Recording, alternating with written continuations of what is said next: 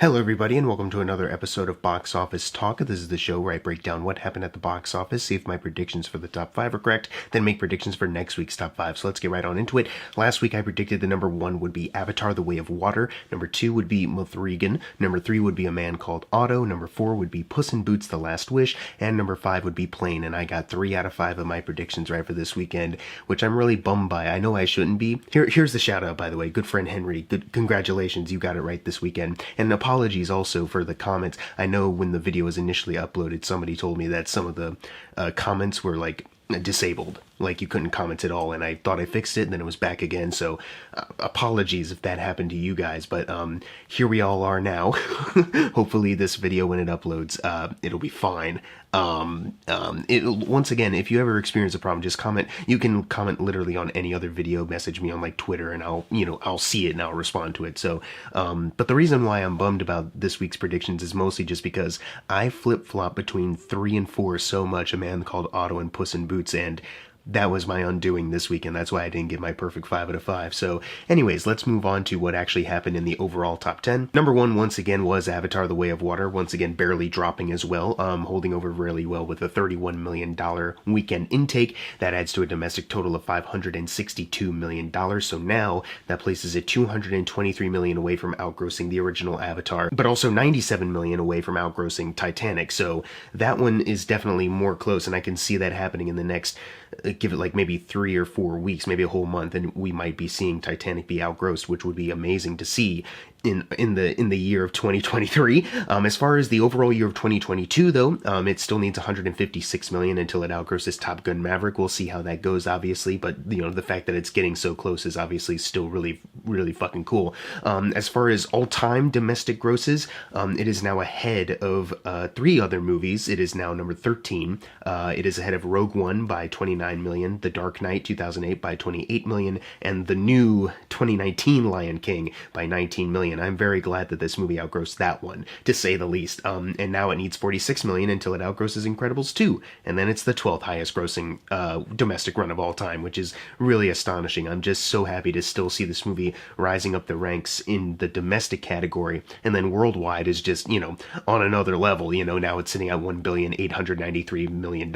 It still needs $1,006 million until it outgrosses the original Avatar, but as far as Titanic, it still needs $314 million until it outgrosses that, which is looking really, really likely, which I'm really excited by. As far as all-time worldwide runs go, it is still behind Spider-Man No Way Home, but it needs $17 million until it outgrosses that one, so we'll obviously be seeing that happening like in the next couple days, so that is very exciting. Like, I have nothing really new to add. I'm just still really ecstatic about this movie, proving a lot of people wrong. There is an audience out there that wants to see this. People are still curious about this, and as far as like, oh, it's going to be a flop, James Cameron has already said it's going to break even, it's doing great, we're going to make more. So it's just really exciting to still see this, do very well, especially number 2 holding over really well, Mothregan. Now, I was really curious, like, is this going to have like a 70-80% drop because all the people who were like memeing it up saw it opening weekend but now won't see it again? No, it actually held over by like a pretty good 40%, so not even like a 50% drop. That's really good, making $17 million this weekend, adding to a domestic total of $56 million. As far as Blumhouse domestically, it just outgrossed a ton of movies, and we're going to list them all off right now. It outgrossed The Forever Purge by $12 million, Ma by $9 million, Black Klansman by $7 million, Truth or Dare by $15, Happy Death Day, the first one, by $1 million, Ouija Origin of Evil by $21 million, The Gift by $13 million, Insidious Chapter 3 by $4 million, Paranormal Activity, The Marked Ones by $24 million, and Unfriended by the same amount. The first Unfriended, I should clarify. The Boy Next Door by $20 million, Ouija the first one by $6 million, Paranormal Activity 4 by $3 million, and $8 million over Sinister 1. That is incredible. And then it needs $4 million until it outgrosses Tooth Fairy, which a lot of people don't remember is a Blumhouse movie. Technically it is. So that's incredible for Mothregan, outgrossing all of these other movies and really making its mark as one of Blumhouse's most valuable assets right now, as well as Atomic Monster, because this movie just outgrossed Mortal Kombat by $14 million and The Curse of La Llorona by $2 million, and now it needs $9 million until it outgrosses The Conjuring, The Devil Made Me Do It for that studio. So that is really impressive. Worldwide, it is sitting at $90 million. So So not only does that mean they have doubled, tripled, quadrupled their $12 million budget at this point, and $10 million away from getting to $100 million worldwide, but for Blumhouse, it has outgrossed Fantasy Island by $42 million, The Forever Purge by $14 million, Ma by $29 million, Happy Death Day 2U by $26 million, Ouija Origin of Evil by $9 million, Paranormal Activity The Ghost Dimension by $13 million, Sinister 2 by $36 million, The Gift by $32 million, Unfriended the first one by $26 million, The Boy Next Door by $37 million. It's a couple 100,000 over Paranormal Activity The Mark ones, and it's $3 million over the run of the first Sinister film, and it needs $1 million until it outgrosses the first Purge movie. Hold on. I just realized I should clarify. Not the first Purge as in the fourth movie that they made that came out in 2018. That was a prequel. I mean the first one with Ethan Hawke. That's what I mean. But that's still really incredible that this movie is doing so well. You know, I always am really excited when a Blumhouse movie is both good or great and is also, you know, really making its mark, you know, culturally as far as the box office charts go. It's just a really great winning combination. And then for Atomic Monster, it outgrossed Mortal Kombat by $7 million, and now it needs $33 million until it outgrosses Curse of La Llorona, which I think we will be seeing happen next weekend. Bold prediction. Next weekend, slight chance it might be just like $1 million away from it, and then it'll take 2 weekends, but I think it will be next weekend. You can quote me on that whole thing that I just said, that not one sentence, that whole chunk. Quote me on all of that. So yeah, Avatar and Mithrigan are saving the fucking box office, as well as number 3, kind of, which is Puss in Boots: The Last Wish, still doing pretty well, despite my initial fears of like, oh, it's streaming now, it's on VOD, no one's gonna go to the theater. You know, it actually still held over pretty well. There goes a lot of my concerns, I guess. It made $13 million this weekend, adding to a domestic total of $106 million.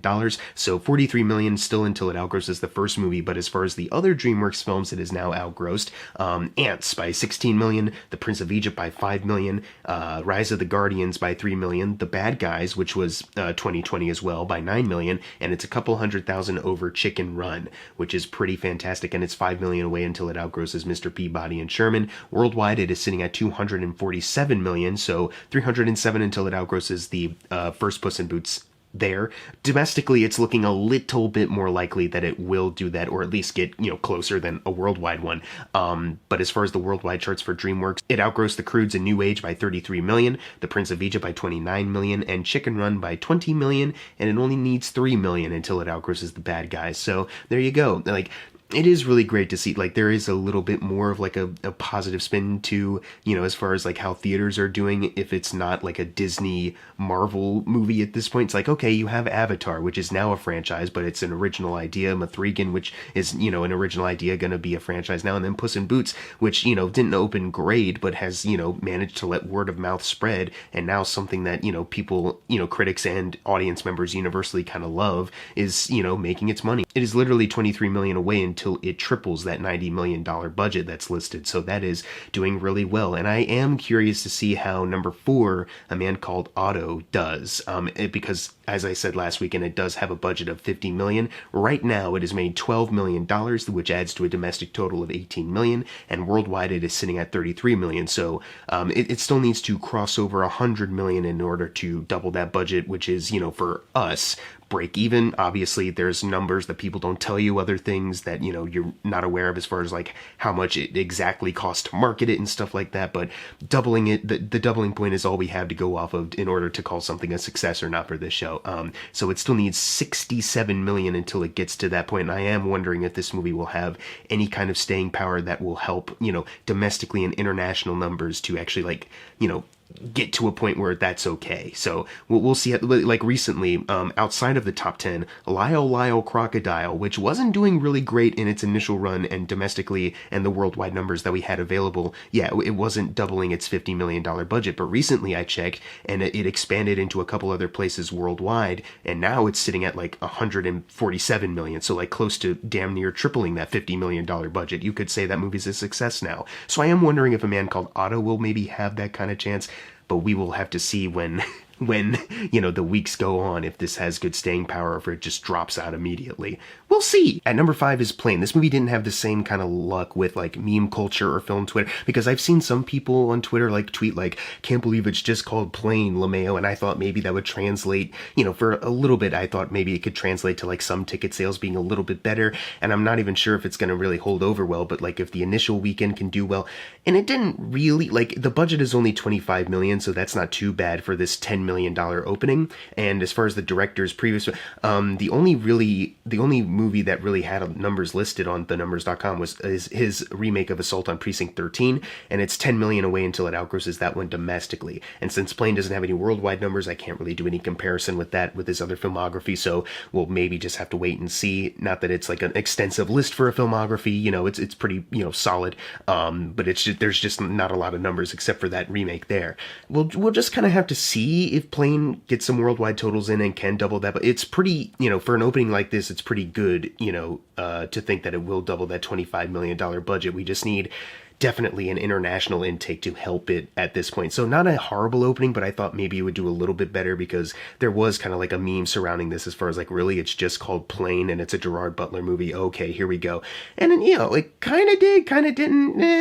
It's doing all right. It's definitely doing better than number 6, which I thought for sure isn't going to make it into the top 5. And I was right. That movie being House Party. Now, I said this last week, the House Party franchise isn't really the highest grossing thing ever. They were made in the 90s though, and production-wise they were pretty cheap, so they could afford to keep going just as much as they did until the last 2 movies were straight to DVD, straight to streaming type movies. So I wasn't really expecting much from a reboot of this series with like very like kind of low fanfare, but you know, it opened the lowest of any of the other theatrical released House Party films by $3 million.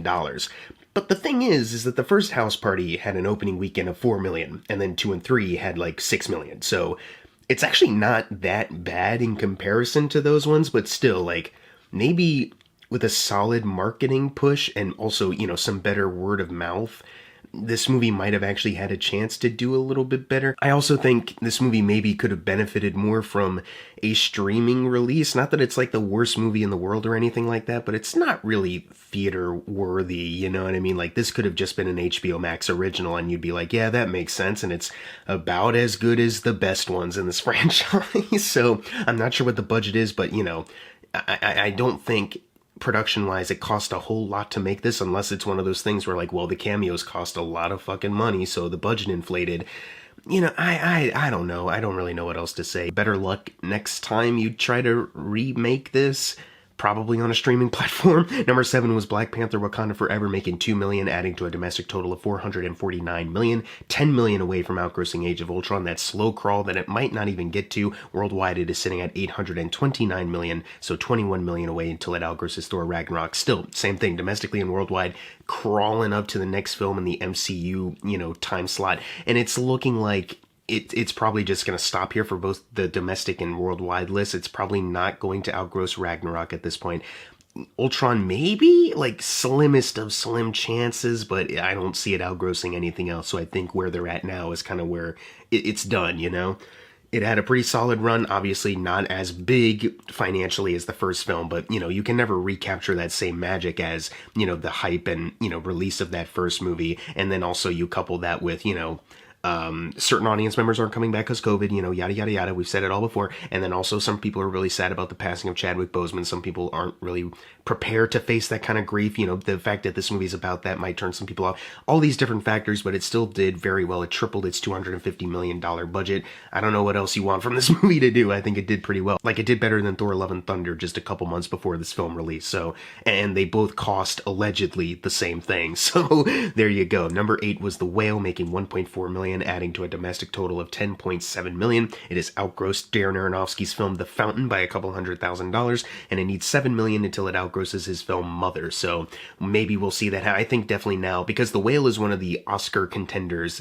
Obviously, Oscar noms aren't out yet, but I think it definitely will be nominated for stuff once, you know, that ceremony happens, where you can only watch it in theaters right now. So I think, you know, until it gets to VOD at least, it still has a chance of, like, just slowly adding up these millions. And it's already, like, tripled its $3 million budget, but, you know, because the budget is so low, it's going to make an even bigger profit once it does that. watch, this movie's gonna be like an HBO Max exclusive like tomorrow, and I'm just fucking wrong. Anyways, let's move on to number 9, which is I Wanna Dance with Somebody, making 1.1 million, adding to a domestic total of 21 million, so it still has a ways to go until it outgrosses Harriet, director's previous film, by 22 million, but worldwide, once again, a slim boost. Still not a boost enough to, like, consider this movie a success. You know, it still can't double its $45 million budget, but it is now sitting at 49 million, and it has outgrossed Harriet by 5 million. So technically, worldwide, this is the director's highest grossing film. So hey, there's that at least, you know? Making more money with each release. That's gotta mean something, you know? And then finally closing out the video, number 10, apologies if I mispronounce this title, Walter Verrier. Oh god, I'm so fucking sorry. I know that was wrong. It made 1.08 million on a budget of 140 crore. Don't know what this movie is, but, you know, it's here. Made it into the top 10 at least, you know? Beat out Strange World, The Menu, The Fablemans, all these other movies that were lingering at the bottom, so that's gotta mean something, you know? That's gotta be good for someone out there. Anyways, now it's time for the fun part, the predictions for next week's top 5. Number 1, I am going with Avatar: The Way of Water once again. Number 2, Mothregan. And then number 3, I am going with Missing. I think this movie, because the first movie, you know, did pretty well at the box office, and, you know, people have loved this movie on, like, home release ever since.